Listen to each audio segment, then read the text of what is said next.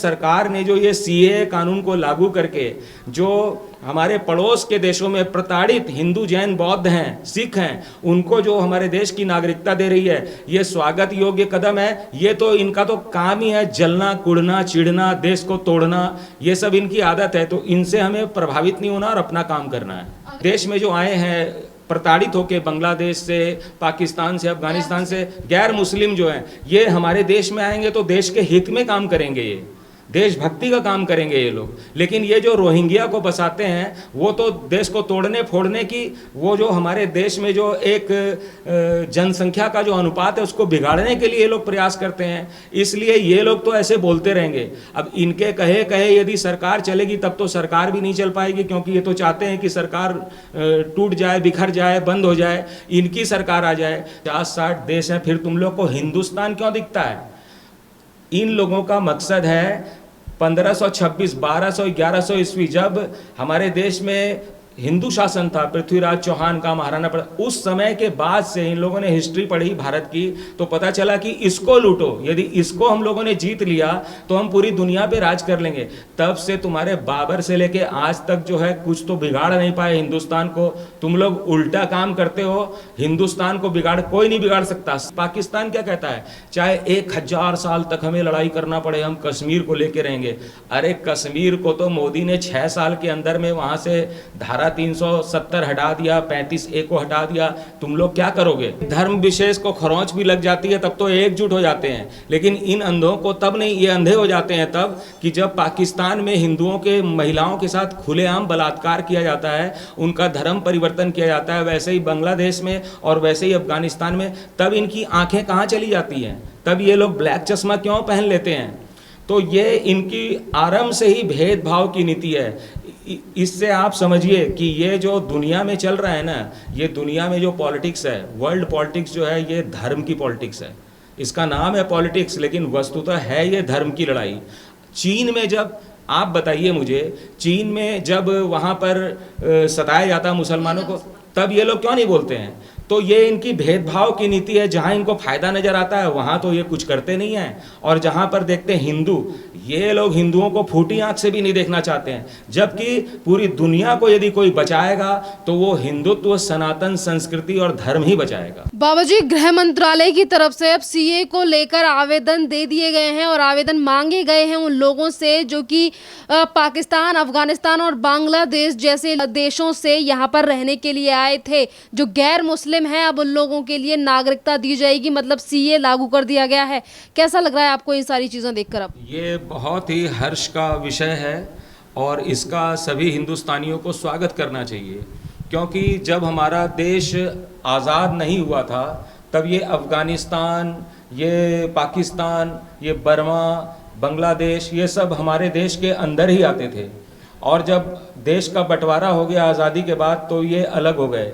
तो हमारा जो देश है ये हिंदू बहुल देश है, और इन देशों में जो हिंदू रह गए थे स्वेच्छा से, क्योंकि स्वतंत्रता थी, जिसको आना है वो जहाँ जाए, तो उसमें जो हिंदू रह गए थे वहाँ के मुस्लिम बहुल लोगों ने उन पे अत्याचार आरंभ कर दिया। तो वो चाहे पाकिस्तान हो, चाहे अफगानिस्तान हो, अच्छा वहाँ सिर्फ हिंदू ही नहीं बल्कि वहाँ सिख, जैन, बौद्ध, आपको तो पता ही होगा कि अफगानिस्तान में किस तरह से बौद्ध जो प्राचीन मंदिर थे, जो अवशेष थे, स्तूप थे, उन सबको वहाँ के निवासियों ने, बहुसंख्यकों ने किस प्रकार से तहस नहस कर दिया। तो इस प्रकार से वहाँ पर जो प्रताड़ित हिंदू हैं, सिख हैं, जैन हैं, वो लोग यदि हमारे देश में आते हैं तो उसका, और सरकार उनको यदि यहाँ की नागरिकता देती है तो ये हर हिंदुस्तानी के लिए गर्व की बात है कि आज़ादी के 70 सालों के बाद एक ऐसी सरकार आई है जो बिना भेदभाव के, वो जो है नागरिकों को, जो 2009 से ही यहाँ पर आ चुके हैं, उसके पहले भी रह रहे हैं, और उनकी कोई देख रेख नहीं की सरकारों ने। ये मोदी सरकार तो 2014 में आई, लेकिन उसके पहले वो आ चुके थे, उनको कोई पूछता नहीं था। आज उनको सम्मान दिया जा रहा है, भारत की नागरिकता दी जा रही है। मैं हिंदुस्तान के संत समाज की ओर से इसका बहुत ही अभिनंदन और स्वागत करता हूं। यहाँ पर वो लोग भी हैं जिस तरीके से सीए को लेकर एक विशेष समुदाय को भड़काने वाले लोग अब सामने निकल कर आएंगे और ये कहेंगे कि मुसलमानों को निकाला जा रहा है। तो उन लिबरल्स के लिए क्या कहोगे आप? उनके लिए मैं ये कहना चाहूँगा कि वो तथाकथित जो बुद्धिजीवी हैं और जो वो रोहिंग्या के पक्ष में तो बोलते हैं कि रोहिंग्या को बसाओ यहाँ पर, उनको तो वो लोग यहाँ बसाना चाहते हैं, लेकिन हमारे देश के जो हिंदू हैं, जैन हैं, जो बौद्ध हैं, जो कि शांति प्रिय हैं, वास्तव में वैसे हमारे देश के अंदर में व्यंग में शांति प्रिय इन लोगों को कहा जाता है, लेकिन वो लोग एकदम अशांति प्रिय हैं।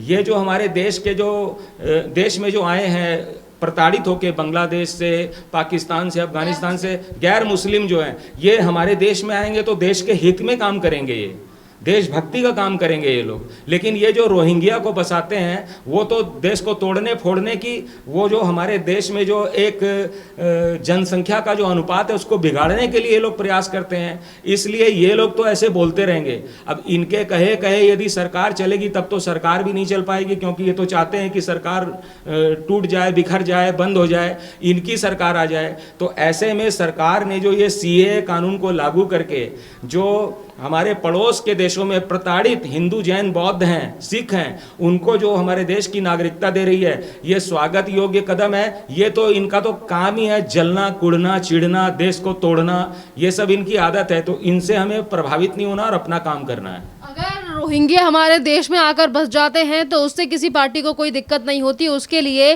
कोई भी जिस तरीके से स्वरा भास्कर या फिर तमाम और जो लोग हैं जो सामने आकर इस तरीके की टिप्पणी करते हैं, रोहिंग्यों को लेकर नहीं करते। और वहीं पर अगर गैर मुस्लिमों को जिस तरीके से यहाँ पर सीए के द्वारा नागरिकता दी जा रही है, इसके लेकर इनके पेट में दर्द क्यों होता है? इसी बात से आपने जो ये प्रश्न किया, इसी से पता चलता है इनकी धर्मनिरपेक्ष कुटिलता की। ये तो स्वयं को धर्मनिरपेक्ष बोलते हैं, भारत के संविधान को धर्मनिरपेक्ष बता के उसकी आड़ में ये लोग एक धर्म विशेष की राजनीति करते हैं। इनको न हिंदू से मतलब है, न इनको सिख से मतलब है, न जैन से, इनको सिर्फ मुसलमानों से मतलब है। इसलिए आप देखिए कि हमारे देश में 2014 के पहले क्या होता था। 2014 के पहले इफ्तिकार पार्टी होती थी। जितने भी ये चाहे सपा, बसपा, राजद, ये ममता, ये लोग क्या करते थे, मुसलमानों के उत्सवों में जाते थे और उनकी पार्टियां करते थे, उसमें उत्सव मनाते थे। लेकिन उसके बाद क्या हुआ, जब हमारे प्रधानमंत्री आए तो बोला ये सब नहीं चलेगा। धर्मनिरपेक्षता का मतलब है कि आपको, यदि आप मुसलमानों की पार्टी में जाते हैं उनके तीज त्योहार, तो हिंदुओं के में भी जाना पड़ेगा आपको। तो इस प्रकार से ये लोग जो है छद्म धर्मनिरपेक्षवादी हैं। इनको एक मुसलमान को जरा, अब देखिए दिल्ली का जो सीएम है, हमारे देश के अंदर में कोरोना काल में कितने डॉक्टर मारे गए, लेकिन दिल्ली में जो एक मुसलमान डॉक्टर मर गया उसको तो ये 1 करोड़ रुपया मुआवजा दे रहा है, और बाकी को क्या, ठन गोपाल, कुछ नहीं। और वो जैसे भिखमंगे को 10 रुपया 20 रुपया उस तरह से हिंदुओं को समझ रखा है। तो इनकी जो छद्म धर्मनिरपेक्षता है, इसको जनता के समक्ष अब लाना नहीं है, ये आ चुकी है। जनता समझने लगी है कि ये जितने भी, चाहे आम आदमी पार्टी हो, कांग्रेस हो, ये सब सपा, बसपा, राजद, ये जितनी भी पार्टियां हैं, ये सब छद्म धर्मनिरपेक्षवादी हैं। इनको देश से कोई लेना देना नहीं है, इनको सत्ता से लेना देना है।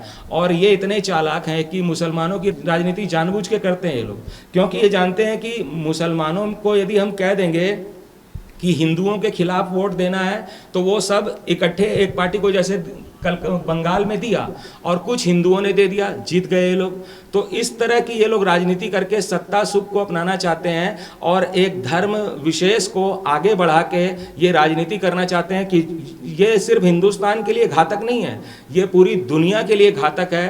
क्योंकि आज पूरी दुनिया जान चुकी है कि एक जो विशेष समुदाय के जो लोग हैं किस तरह से पूरी दुनिया में आतंक फैला रहे हैं। यहाँ पर एक सवाल जनता की तरफ से ये भी है, ये जो अपने आप को तथाकथित कहने वाले जो बुद्धिजीवी हैं, जिस तरीके से ये लोग सीए का नाम लेकर, एनआरसी अभी तक आया नहीं है, पर एनआरसी को लेकर जिस तरीके से एक विशेष समाज को भड़काते हैं और ये कहते हैं कि सरकार तुम्हें बाहर निकालना चाहती है देश से। सवाल इनके लिए ये है, ये जो लोग बार बार सवाल करते हैं सीए को लेकर और ये कहते हैं कि सीए के प्रावधान में मुसलमानों का नाम क्यों ऐड नहीं किया गया, तो यहाँ पर एक ये भी सवाल है कि जिन मुसलमानों के लिए 56 से ज्यादा कंट्रीज हैं, तो उनको अपने देश में क्यों बसाया जाए?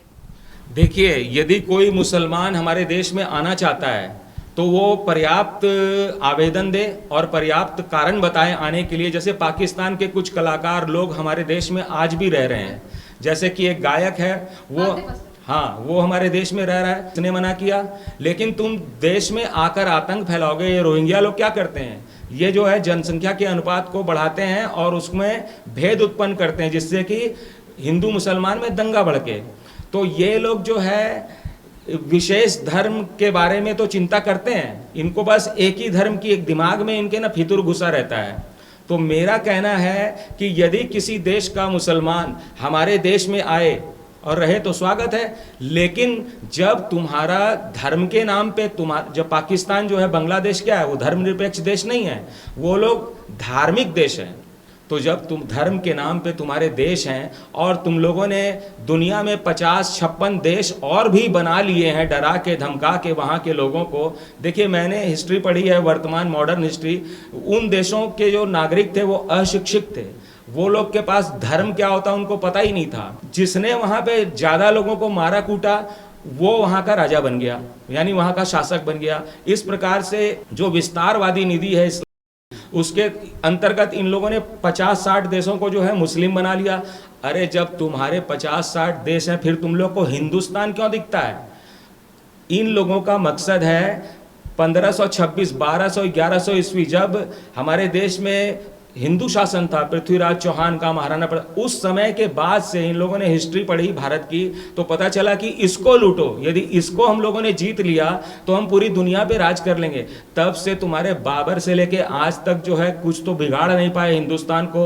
तुम लोग उल्टा काम करते हो, हिंदुस्तान को कोई नहीं बिगाड़ सकता। पाकिस्तान क्या कहता है, चाहे 1000 साल तक हमें लड़ाई करना पड़े, हम कश्मीर को लेके रहेंगे। अरे कश्मीर को तो मोदी ने 6 साल के अंदर में वहां से धारा 370 हटा दिया, 35A को हटा दिया। तुम लोग क्या करोगे?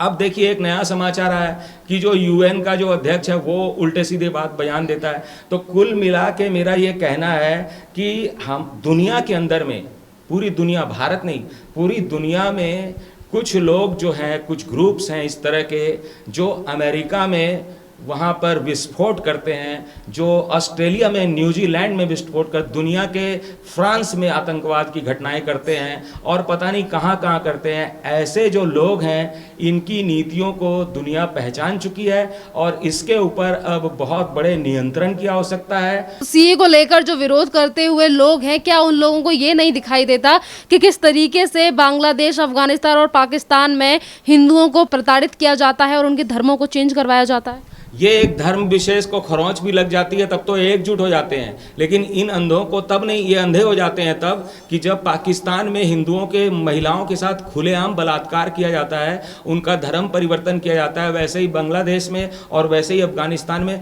तब इनकी आंखें कहाँ चली जाती हैं? तब ये लोग ब्लैक चश्मा क्यों पहन लेते हैं? तो ये इनकी आरंभ से ही भेदभाव की नीति है। इससे आप समझिए कि ये जो दुनिया में चल रहा है ना, ये दुनिया में जो पॉलिटिक्स है, वर्ल्ड पॉलिटिक्स जो है, ये धर्म की पॉलिटिक्स है। इसका नाम है पॉलिटिक्स, लेकिन वस्तुतः है ये धर्म की लड़ाई। चीन में जब, आप बताइए मुझे, चीन में जब वहाँ पर सताया जाता मुसलमानों को, तब ये लोग क्यों नहीं बोलते हैं? तो ये इनकी भेदभाव की नीति है। जहाँ इनको फायदा नजर आता है वहाँ तो ये कुछ करते नहीं हैं, और जहाँ पर देखते हैं हिंदू, ये लोग हिंदुओं को फूटी आंख से भी नहीं देखना चाहते हैं। जबकि पूरी दुनिया को यदि कोई बचाएगा तो वो हिंदुत्व, सनातन संस्कृति और धर्म ही बचाएगा।